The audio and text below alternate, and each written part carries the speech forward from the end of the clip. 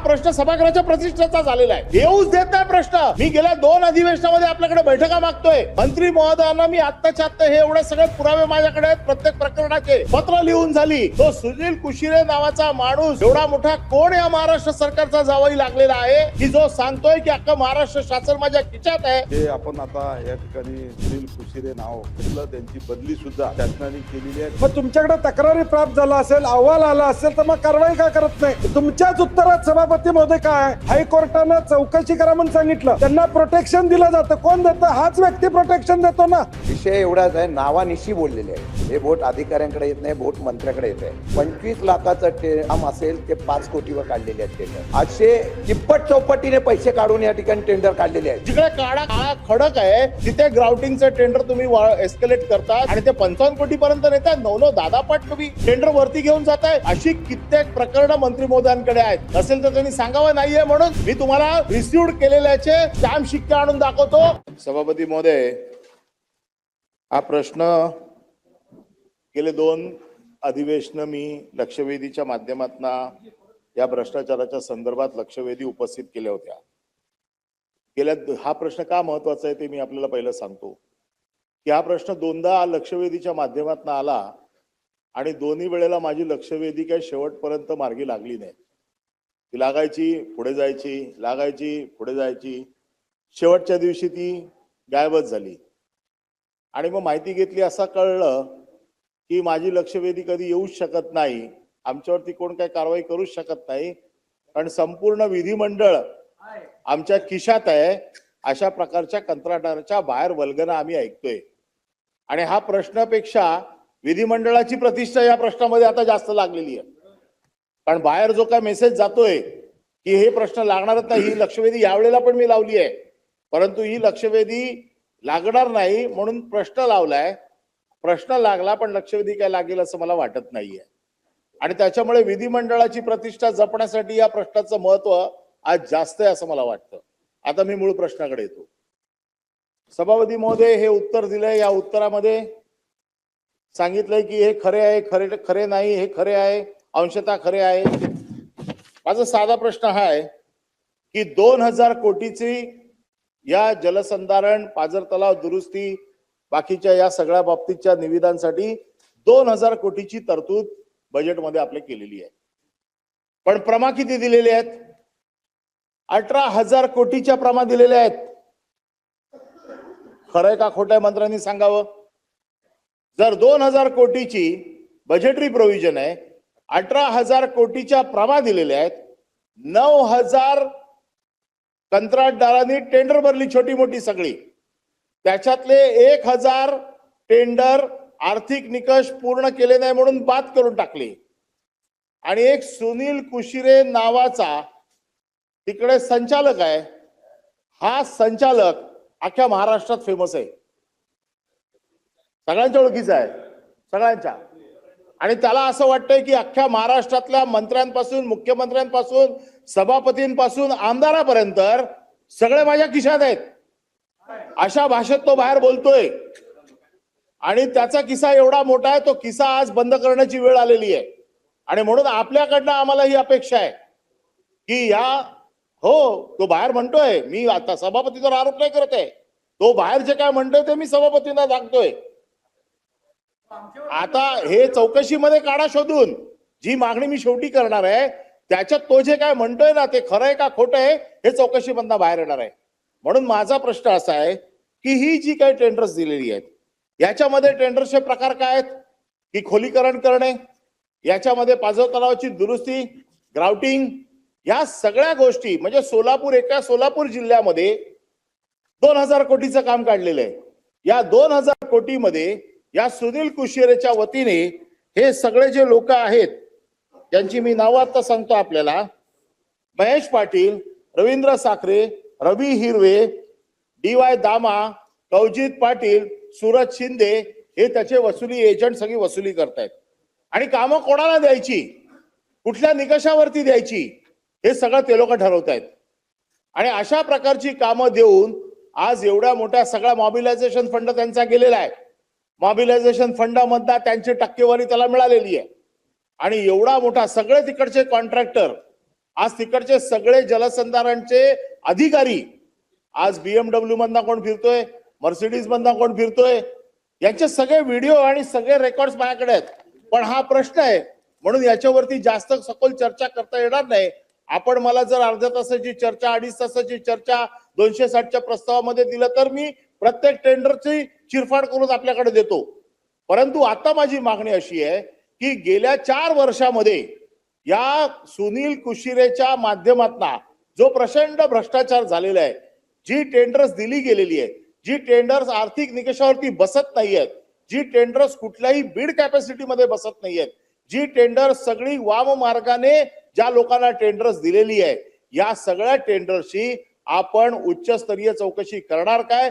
या सुनील कुशिरेवरती लाचलुचपत खात्याची चौकशी आता चालू आहे, परंतु ती थंड पक्षात पडलेली आहे, ती कित्येक दिवस झाली चालू आहे. परंतु याच्यावरती उच्चस्तरीय चौकशी करून या किती दिवसात ही उच्चस्तरीय समिती आपण गठीत करणार, उच्चस्तरीय चौकशीला किती कालमर्यादा देणार आणि त्याचा रिपोर्ट हे अधिवेशन संपेपर्यंत किंवा आपण 1 महिन्याच्या आतमध्ये या सभागृहात दाखल करणार का, अशी मागणी.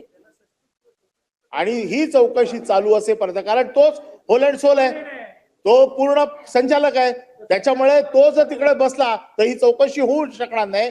त्याच्यामुळे माझी मागणी आहे की त्याला ताबडतोब निलंबित करा आणि त्याला निलंबित करून ही चौकशी झाली पाहिजे, उच्चस्तरीय चौकशी झाली पाहिजे आणि उच्चस्तरीय चौकशीचा 1 महिन्याच्या आतमध्ये रिपोर्ट आला पाहिजे. माननीय मंत्री महोदय, सभापती महोदय, आपल्या अनुमतीने मी सभागृहाला सांगू इच्छितो सभापती महोदय की सन्माननीय अनिल परब साहेबांनी पेसिफिक प्रश्नामध्ये 2 प्रकल्पाबद्दल या ठिकाणी विचारणा केली होती, त्याची माहिती माझ्याजवळ आहे. आणि सन्माननीय परब साहेबांनी या ठिकाणी जसं उल्लेख केला की अनेक तक्रारी आहेत, शासनाकडे ज्या ज्या तक्रारी आतापर्यंत आल्या सभापती महोदय, त्या सर्व तक्रारीवर चौकशी सुरू आहे. बऱ्याच चौकशी पूर्ण झालेल्या आहेत, त्याचे अहवाल सुद्धा आलेले आहेत. आणि मधल्या काळामध्ये सभापती महोदय, यावरूनच जे आपण आता या ठिकाणी सुनील कुशिरे नाव घेतलं, त्यांची बदली सुद्धा शासनाने केलेली आहे, त्यांना वाल्मीमध्ये पाठवलेलं आहे आणि नवीन या ठिकाणी MD या ठिकाणी चार्ज त्यांनी घेतलेला आहे. स्पेसिफिक सन्माननीय सदस्यांची या ठिकाणी काही तक्रार असेल सभापती महोदय तर त्याची या ठिकाणी चौकशी करू सभापती महोदय. त्यांचं पूर्ण होऊ द्या. नाही नाही हो, आपण जरा त्यांचं जरा पूर्ण होऊ द्या, आपल्याला बोलायला देतो ना मी. आपण बंटी पाटील मंत्री महोदय काय म्हणाले? प्रश्न आहे म्हणून स्पेसिफिक तक्रार मांडलेली आहे. सभापती स्पेसिफिक तक्रारी मांडायला द्या. मी प्रत्येक तक्रारीची आपल्याला तुम्हाला माहिती देतो. माझ्याकडे एवढ्या मोठ्या प्रमाणात तक्रारी आहे. आपण एक सभापती महोदय, सन्मान्य मंत्री महोदय काय म्हणले की आमच्याकडे तक्रारी प्राप्त झालेल्या आहेत, आमच्याकडे त्याचा अहवाल आलेला आहे. मग तुमच्याकडे तक्रारी प्राप्त झाला असेल, अहवाल आला असेल तर मग कारवाई का करत नाही? आता एका तुमच्याच उत्तरात सभापती महोदय काय की ज्या कंपनीला लोकायुक्तांनी डिबार केलं, हायकोर्टानं चौकशी करा म्हणून सांगितलं, त्यांना प्रोटेक्शन दिलं जातं. कोण देतं? हाच व्यक्ती प्रोटेक्शन देतो ना, नाहीतर ती कंपनी परत पात्र कशी होती? जी कंपनी 2008-9 साली अँटी करप्शन मध्ये चौकशी चालली ती परत हाच व्यक्ती पात्र करत असेल. आणि तुम्ही ऑन रेकॉर्ड आता सांगितलंय की तक्रारी आलेल्या आहेत, अहवाल आलेला आहे म्हणून तुम्ही बदली केली, म्हणजे तुम्हाला काहीतरी त्यामध्ये सापडलेलं आहे, त्याची चूक सापडलेली आहे. मग आमची मागणी रास्त आहे की त्या ठिकाणी जर अहवालात आलं, स्पष्ट आलं असेल तर तुम्हाला सस्पेंड करायला काय हरकत आहे? सरळ स्पष्ट म्हणणं आहे, त्यांनी मान्य केलं सभागृहात. मूळ सूत्रधार मंत्री महोदय. आणि त्याला सभापती महोदय, मंत्री महोदय बोलतात, आपण बसा, आपल्याला मी बोलायला मी या देतो. ठिकाणी आपल्याला बोलायला देतो. सभापती महोदय, मी अतिशय या ठिकाणी स्पेसिफिक सांगणार आहे की ज्या बऱ्याच तक्रारी येत असतात सभापती महोदय, त्या तक्रारीच्या चौकशी आता सन्माननीय सदस्य परब साहेबांनी जसं सोलापूरचं उल्लेख केला यामध्ये, तर या सोलापूर प्रकरणात 82 कामाची जी काही तक्रार आमच्याकडे आलेली आहे त्याची चौकशी सुरू आहे सभापती महोदय, त्याचा अहवाल यायचा आहे. परंतु ज्या चौकशीचा अहवाल आलेला आहे त्यावरून संबंधितांना त्या पदावरून हटवून दुसऱ्या जागेवर त्यांना बदली केलेली आहे. स्पेसिफिक या ठिकाणी काही प्रश्न असतील सभापती महोदय, जसं सन्मान्य परब साहेबांनी या ठिकाणी 2 प्रकल्पाबद्दल विचारलं होतं की सारंगवाडी सांग्र तलाव सभापती महोदय, हा तलाव जलसंपदा विभागाला या तलावाची मान्यता होती आणि तांत्रिक मंजुरी सुद्धा जलसंपदा विभागाने दिली होती. वर्क ऑर्डर सुद्धा जलसंपदा विभागाने दिली होती. नंतर सन्माननीय त्या भागाचे तत्कालीन आमदार राहुल बोंद्रे यांनी तत्कालीन मंत्री महोदयांना त्यावेळेस विनंती केली होती आणि त्याच्यावरून हा प्रकल्प जलसंधारण विभागाकडे वर्ग करण्यात आला सभापती महोदय. आणि हस्तांतरण करतेवेळी सभापती महोदय कुठलंही काम याचं झालं नव्हतं आणि त्याच्यात मग प्रशासकीय सुधारित मान्यता दिल्या गेली, 1-2 वेळा दिल्या गेली. त्यानंतर त्याच्यात किंमत वाढलेली आहे सभापती महोदय. दुसरं, या ठिकाणी सन्मान्य परब साहेबांनी जो प्रश्न विचारला होता येणारी वैभववाढीच्या संदर्भात, याच्यामध्ये सुद्धा ज्या कंपनीने या ठिकाणी हे टेंडर घेतलं होतं श्रीराम असोसिएट, याचे 2 पार्टनर जे होते सभापती महोदय, त्यांच्यात आपसामध्ये भांडणं झाले. मग एका पार्टनरनी तक्रारी करणं सुरू केलं सभापती महोदय आणि त्यावरून मग त्याची सुद्धा चौकशी झालेली आहे. या प्रकरणात लोकायुक्ताकडून सुद्धा चौकशी झालेली आहे. लोकायुक्ताने या संदर्भात खऱ्या अर्थानं निर्णय दिलेला आहे सभापती महोदय. त्यावरून आम्ही याला काळ्या यादीत टाकण्याची प्रक्रिया केली होती. या निर्णयाच्या विरोधात संबंधित कॉन्ट्रॅक्टर हा हायकोर्टात गेला सभापती महोदय. हायकोर्टाने ते परत या ठिकाणी आम्हाला निर्णय दिला की याला परत टेंडर भरू द्या. त्यावरून सभापती महोदय, या विषयात मी एवढं सांगणार आहे की या सर्व प्रकरणाची सुद्धा चौकशी चालू आहे. एसीपीच्या माध्यमातून सुद्धा चौकशी चालू आहे. विभागाने संपूर्ण कागदपत्र विभागाला पुरवलेले आहेत आणि अजून काही स्पेसिफिक तक्रार असेल सभापती महोदय, त्याची सुद्धा चौकशी करू. शशिकांत शिंदे. एक मिनिट अनिल परब, एक मिनिट. सभापती महोदय, सभागृहातले सदस्य ज्यावेळेला बोलतायत, विषय एवढाच आहे, नावानिशी बोललेले आहे. या सदनामध्ये आणि खालच्या सदनामध्ये या संबंधित अधिकाऱ्याचे कारनामे प्रसिद्ध आहेत. हे बोट अधिकाऱ्यांकडे येत नाही, बोट मंत्र्याकडे येत आहे. मी प्रामाणिकपणाने सांगतो, 25 लाखाचं काम असेल ते 5 कोटीवर काढलेले आहेत टेंडर. 5 कोटी असे तिप्पट चौपटीने पैसे काढून या ठिकाणी टेंडर काढलेले आहेत. मी पुराव्यासकट आम्ही देऊ. सभापती महोदय, मागणी सरळ आहे. संबंधित अधिकारी वर्षानुवर्ष तिथे आहे आणि पूर्ण मॅनेज करून टेंडर प्रक्रिया करताना जे लोक टेंडर भरतात त्या लोकांना बोलून घेतात. तुला हे टेंडर, तुला हे टेंडर, हे टेंडर, अशा प्रकारचा मॅनेज करतात. 20% अभावाने त्या ठिकाणी टेंडर काढलेले आहेत आणि हे टेंडर काढताना पैसे तर सरकारकडे नाही, तरी सुद्धा सर्रास पैसे सरकारकडे नसताना टेंडर 10,000 कोटीची काढलेली आहे. हे गांभीर्याने आहे. हे 76,000 कोटीचं आता जे सप्लिमेंटरी बजेट येते ना, ते सगळा बोजा आहे. आमचं म्हणणं सरळ आहे, तुम्ही चौकशी कबूल केली. आता इथं लिहिलंय 2008 ते 2014 पर्यंतची चौकशी, तो अहवाल अजून आलेला नाही. आपण त्या अधिकाऱ्याला वाचवते असं आमचं स्पष्ट मत आहे. आमचं सभागृहातल्या सदस्यांची मागणी आहे, त्याला निलंबित करा. वेळ पडली, तुम्ही स्वच्छ आहात ना, SIT नेमा आणि त्याच्यावर चौकशी करून कारवाई करा. कारवाई केल्यानंतर सत्य जनतेच्या समोर आणि लोकांच्या समोर बाहेर येईल. सगळे ठामपणाने सांगतात की हा अधिकारी करप्टेड होता आणि हा करप्टेड अधिकारी असेल तर त्याच्यावर कारवाई करावी आणि त्याला बदली करून काय करणार आहे? बदली 10-20 वर्ष तो तिथे थांबलाय, त्याला बदली करून काय करतात? त्याच्यावर कारवाई करावी आणि ताबडतोब कारवाई करून त्याची चौकशी वेळ पडली तर SIT तर्फे करणार आहात का?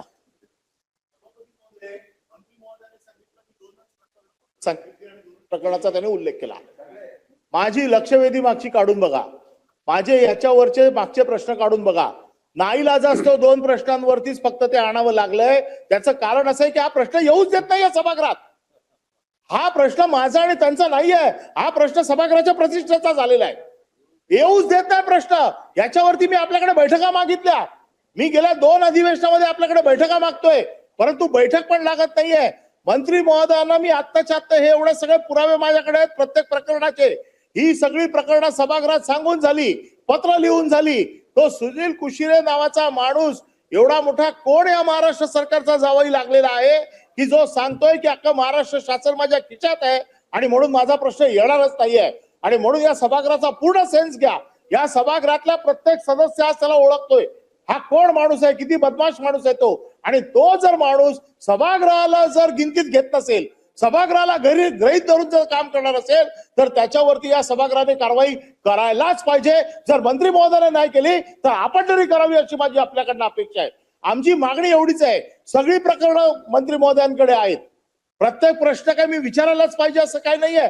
आणि मी विचारलाच पाहिजे म्हणजे तो स्कोप मध्ये बसतो नाही, त्याचा स्कोप लार्जर करणं हा आपला अधिकार आहे. त्याचा स्कोप लार्जर करणं हा मंत्री महोदयांचा अधिकार आहे. त्याचा स्कोप लार्जर करणं हा सभागृहाच्या प्रत्येक सदस्याचा अधिकार आहे. प्रत्येक सदस्याकडे याच्या बाबतीतली माहिती आहे. 10 कोटीचं टेंडर 80 कोटीपर्यंत जातोय. सोलापूरमध्ये 4.5 कोटीचं टेंडर 55 कोटीपर्यंत गेलं. एस्केलेशन कशामध्ये दाखवतात माहितीये? ग्राउटिंग मध्ये दाखवतायत. जिकडे काळा खडक आहे तिथे ग्राउटिंगचं टेंडर तुम्ही एस्केलेट करतात आणि ते 55 कोटीपर्यंत नेतात. 9 10 पट तुम्ही टेंडर वरती घेऊन जाताय. अशी कित्येक प्रकरणं मंत्री महोदयांकडे आहेत. नसेल तर त्यांनी सांगावं नाहीये म्हणून. मी तुम्हाला रिसिव्ड केलेल्याचे स्टॅम्प शिक्के आणून दाखवतो की किती तक्रारी त्यांच्याकडे आहेत त्या. आणि एवढ्या सिरियस तक्रारी असताना मंत्री महोदय सांगतायत फक्त 2च प्रकरण आहेत, 2 प्रकरणामध्ये आम्ही त्यांची चौकशी चालू आहे. कसं चालेल 2 प्रकरणांवरती? एवढा तक्रारींचा पाडा इथे वाचला जातोय, तक्रारी पडल्या तिकडे केल्या जात आहेत. त्यांनी मान्य करावं की सस्पेंड करा, उच्चस्तरीय चौकशी लावा, SIT लावा. आम्ही आजच्याच कारवाई नाही मारत, पण जो माणूस तिथे बसलेला आहे, ज्याच्या हाताखाली सगळं चालणार आहे, त्याला अपेक्षा आहे का आपण त्याच्या हाताखाली सगळं काम करत असताना तिकडे फेर चौकशी होऊ शकते. आणि म्हणून आमची पुन्हा एकदा मागणी आहे की त्याला पहिला सस्पेंड करा, त्याला बाजूला करा सस्पेंड करून, आणि मग ही उच्चस्तरीय चौकशी लावा. आणि विधानसभेच्या पटलावरती, विधान परिषदेच्या पटलावरती हा पूर्ण रिपोर्ट आला पाहिजे. मला असं वाटतं मंत्री महोदयांना जर ह्या अधिकारामध्ये नसेल तर आपण आपला विटो वापरला पाहिजे अशी माझी स्पष्ट भूमिका आहे, मागणी आहे. कारण का झालंय की याच्यामध्ये विधिमंडळाला देखील गोवलेलं आहे. मी आपल्या समोर पाहिजे असेल तर केबिन मध्ये माणसं उभी करू शकतो की तो बाहेर काय बोलतोय.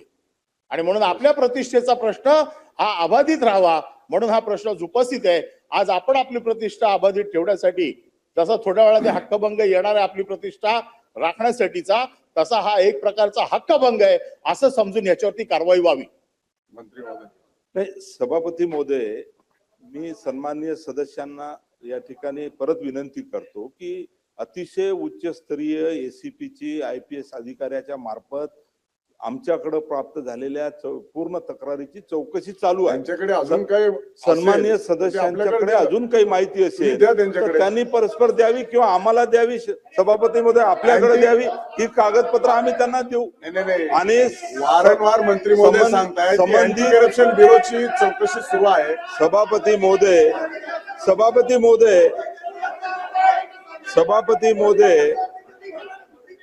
त्या पदावरून त्यांना साईड ब्रँचला टाकलेलं आहे. सभापती महोदय वाल्मीला त्यांना दिलेला आहे आणि त्याच्यामुळे चौकशी चालू आहे. चौकशीचा अहवाल आल्यानंतर अध्यक्ष महोदय कठोर कारवाई करण्यात येईल. अध्यक्ष आपल्या अतिशय तीव्र भावना आहेत. मला वाटतं सर्व ज्येष्ठ सदस्यांनी यामध्ये आपलं मत व्यक्त केलेलं आहे. या 2 प्रश्नाच्या अनुषंगाने मंत्री महोदयांनी उत्तर दिले. तथापि त्यांनी वेगवेगळ्या कारणामध्ये अँटी करप्शन ब्युरोची चौकशी सुरू आहे आणि त्यामध्ये अँटी करप्शन ब्युरोची त्यांच्यावरच चौकशी आहे. आपण ऐकून तर घ्या. आणि आपल्याकडे जी काही उपलब्ध माहिती आहे, ती उपलब्ध माहिती जर आपण त्यांना दिली तर त्याच्या अंतर्गत ते चौकशी लावायला तयार आहेत. आणि आपण जे सांगतायत की तो त्या ठिकाणी व्यक्ती आहे, परंतु त्या ठिकाणी नाही, त्यांचा आता बदली झाली ना, साईड पोस्टिंगला आता ते वाल्मीला गेलेले आहेत.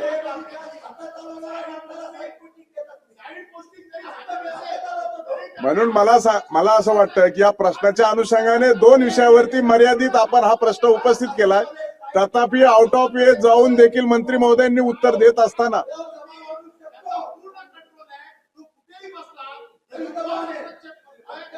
प्रवीण दरेकर. सभापती महोदय, अनिल सभापती महोदय, अरे बोलतो ना. सभापती महोदय, या ठिकाणी माझं झालं की माहिती का ऍक्शन घेऊन टाका त्यांच्यावर.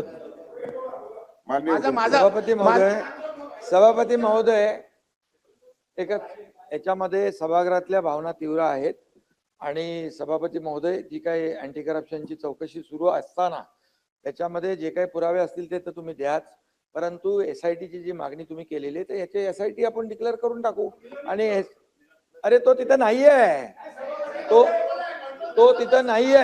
एक मिनिट तो तिथे SIT मध्ये अँटी करप्शन चौकशीमध्ये हस्तक्षेप करू शकत नाही, तो त्या जागेवर नाही. आणि म्हणून परब साहेब SIT आपण त्याची चौकशी करू आणि 2 महिन्यामध्ये अहवाल घेऊ आणि कारवाई करू, असं करू.